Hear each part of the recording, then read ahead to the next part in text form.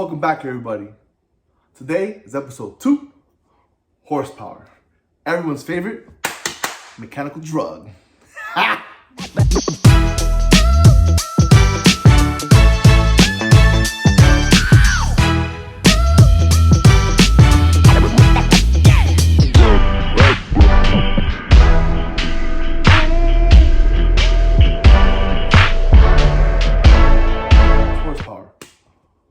Horsepower is the measurement of how much power a motor has.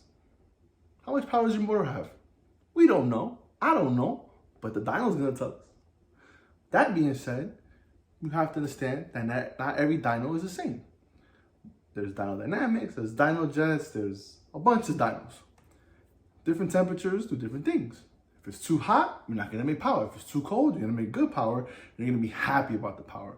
And sometimes STD and SAE, you're gonna have different numbers, so one's over the other one, so on and so forth. So do your research on that, make sure that you understand what the dyno is, if the dyno is gonna make a lot of horsepower, if the dyno's not gonna make a lot of horsepower. If you're in the Northeast, you're gonna have a bike that's gonna make 200 horsepower up there, let's say, and then you come down to the Southeast, good old Florida, where it's heat, humidity, a lot of different things, so on and so forth.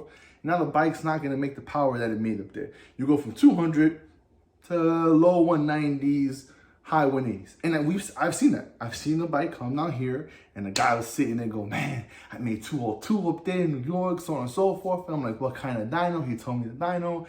I said, dog, you're not gonna make that power down here because it's Florida, it's hot. It's hot year round, there's a lot of humidity, a lot of water in the air, a lot of things, Unless you do it at night, at 2 in the morning, in the middle of December, we can't make that same horsepower. Nah, man, I make 200 anywhere. Well, what happened? Put in a dyno, boop.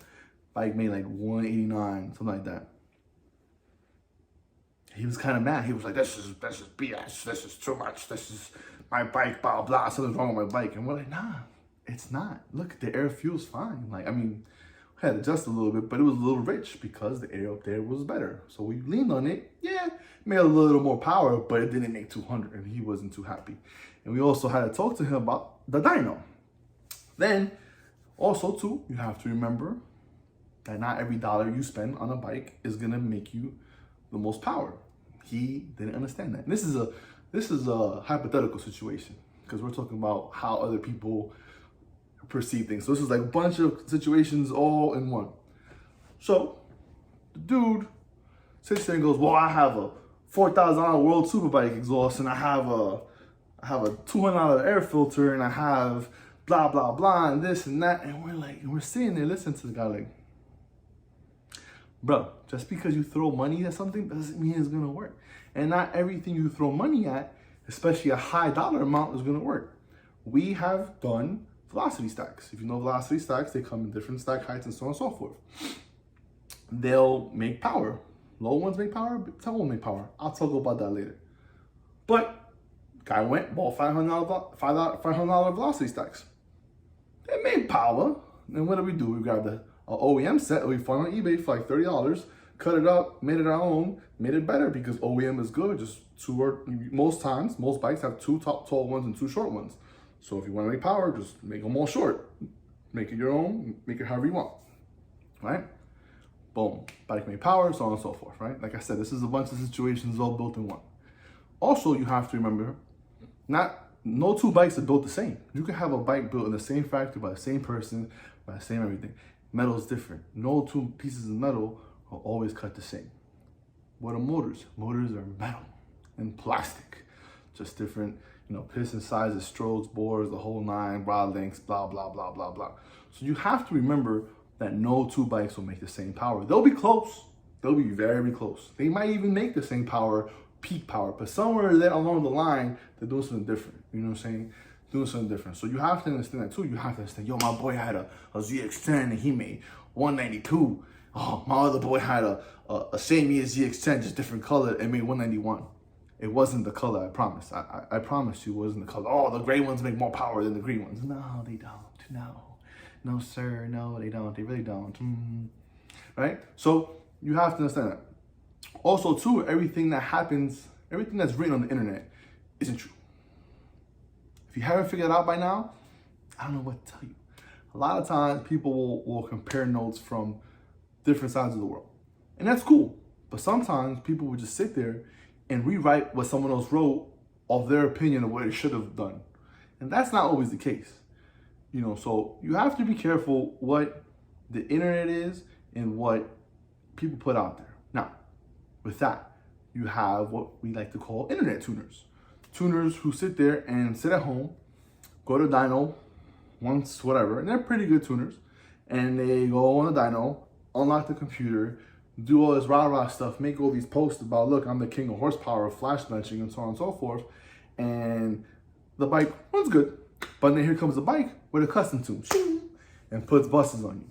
And you go, oh man, I spent $200 on this tune. You spent $400 or $500. So maybe I got the best, the best tune. Now this is one of those parts where money might solve the problem. And most of the time it does when it comes to tuning.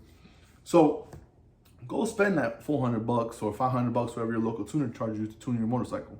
Sometimes those bench flashes are cool if you're on a budget and you're in a rush and you don't really care about all that. But if you care about top peak performance, see, I can't say that, get a custom tune. With that being said, tuners are a great tool to any race program. Tuners will sit there and a smart tuner, a good smart tuner, will sit there and explain to you what he or she, because there are some female tuners out there, what they can do for you in your race program. So they'll come to you and say, okay, cool, you ride a street bike, or you ride a road race bike, or a drag bike, or 9/10 mile bike, or whatever you decide about, your enduro, dirt bike, whatever. And they'll ask you, what's your goal? They should ask you, what's your goal? And you tell them, well, look, I got a road race bike, I need to make sure that everything's smooth, so on and so forth, or that I can make quick adjustments when I need, and blah, blah, blah, right? Drag bike, most of the time you're wide open, and you have to get there fast, in a quarter mile, so on and so forth, per eighth of a mile, depending on what you race. So you have to have your tuner understand that. Explain to your tuner what you want him or her to do to your motorcycle. Because sometimes tuners just go, okay, cool, here, give me your money, 5, 6 passes, here you go, you made 185. Oh my.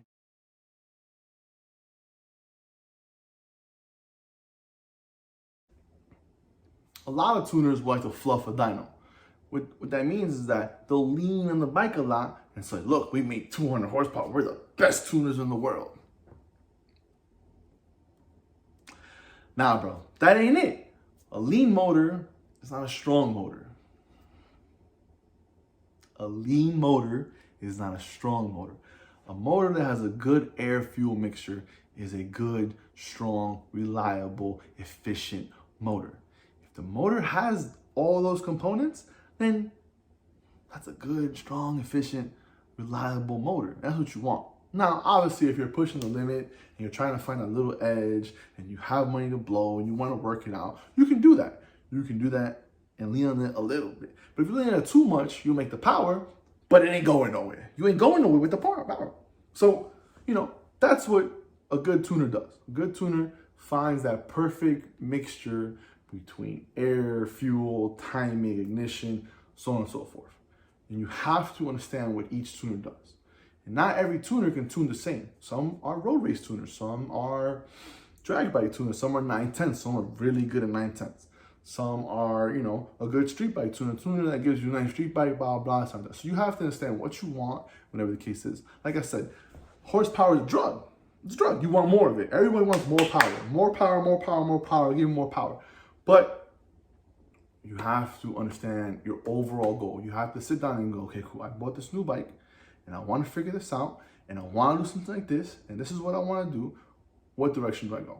And maybe ask a buddy who is in that similar path or who has made the mistakes, who has sat there and said, I went to this guy, I went to that guy, blah, blah, or who's been in the game in a while might know someone. Sometimes people prefer their tuners and they have loyalty to their tuners and respect to those guys because they've probably stuck around the tuners through some hard times. And sometimes it happens. Tuners blow motors up. It is what it is.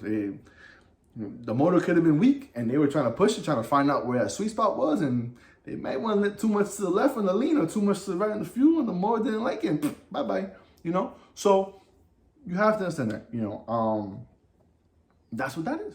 Tuners explain to your customer what you want, what you could do for them. Like, hey, I'm a 9/10 tuner. This is what I do. If you want wide open power, let's make some jam. Oh, I'm a road race tuner, so on and so forth. Now, are there tuners that could do a little bit of everything? Of course. Of course. You know, there's not a doubt. But some don't prefer it, and some have that mindset of, let's turn the ETVs all the way up, 100% the whole way, crack this thing, make the power, have a nice day. That's not always the answer. That's not. So, when you go to your tuner, what you got? Your first option is a flash. A flash on most fuel-injected bikes is the way to go. It is the way to go because you can control air fuel, you can control timing, you can add quick shifter. If you don't have a quick shifter, you can add an auto blipper. If you don't have an auto blipper, if you don't know what a quick shifter or auto blipper is, it's quick. So you're wide open, shift, shift, shift. Don't touch the clutch. You're slowing down, or maybe you're wide open, slowing down, you're not on the RPM you want, no clutch, auto blip, downshift, or however you downshift, and it's go, go, go. And it's so nice. It is. Auto blip is the best thing that was created by MotoGP tech, wherever the hell it came from. Whoever invented auto blip, God bless you. I hope you get 10 cents for every auto blip that's ever sold out there because it is amazing. I was about auto blip, but I love that thing, right? So that's why you get a flash. You get a flash because you have more options to change so many things. You know, when you buy a servo, you know, you gotta pull a full exhaust on the bike. You gotta get a servo buddy so you can stop the code. The flash, turn that thing off. O2 sensors, turn that thing off. Closed loop, so you can the bike just doesn't adjust on the fly. It's always one tune only, and that's it. It doesn't try to make adjustments on the fly when you're like, well, if you're cruising to work, the bike's gonna adjust for your cruising to work. And then when you go out with your boys or your girl, whatever the case, or your girls, however whatever, and you crack on it, now it has the adjustments it made to adjust for normal street riding instead of wide open. So you gotta have that balance with, your tune.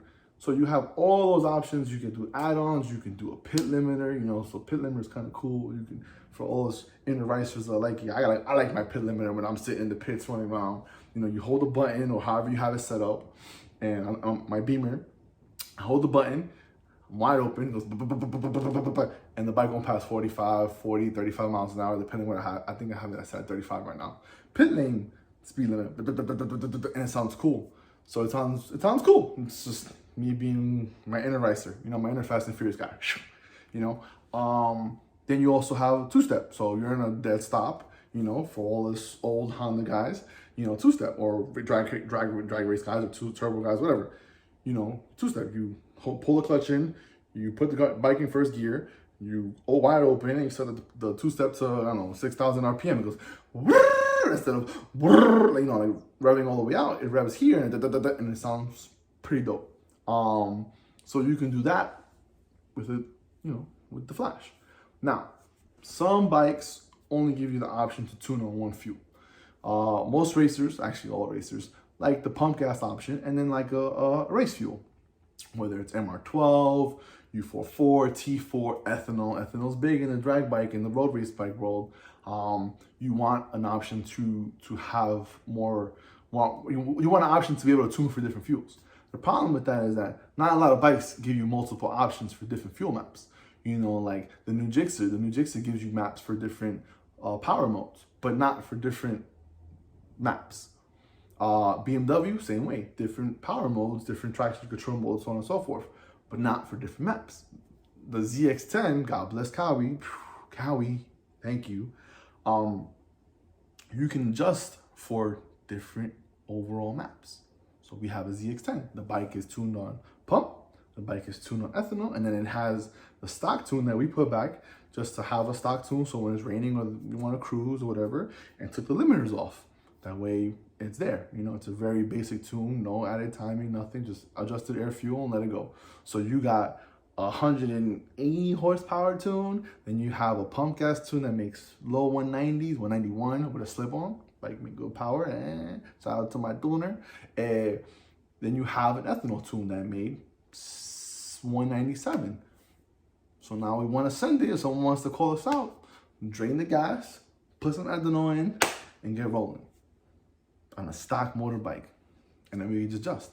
But if you don't have that option, what's your option? Your option is to do a power commander or a Bazzaz or some kind of piggyback where you can just adjust fuel settings and get a map switch. The problem with power commanders is that for everything you want to do, you have to buy another box. So power commander, you go and you get an air fuel, which is great. It's a great piggyback to a flash because you can't add multiple maps. There is a way to add multiple maps to flashes and so on and so forth, but you have to look at if your flash gives you that option. And most don't.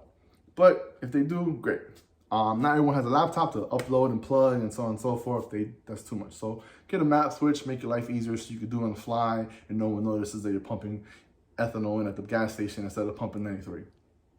All right? So make sure you have those options if that's your route. Like I said, you have to have a plan for your program, whether it's a street bike or any kind of bike. All right?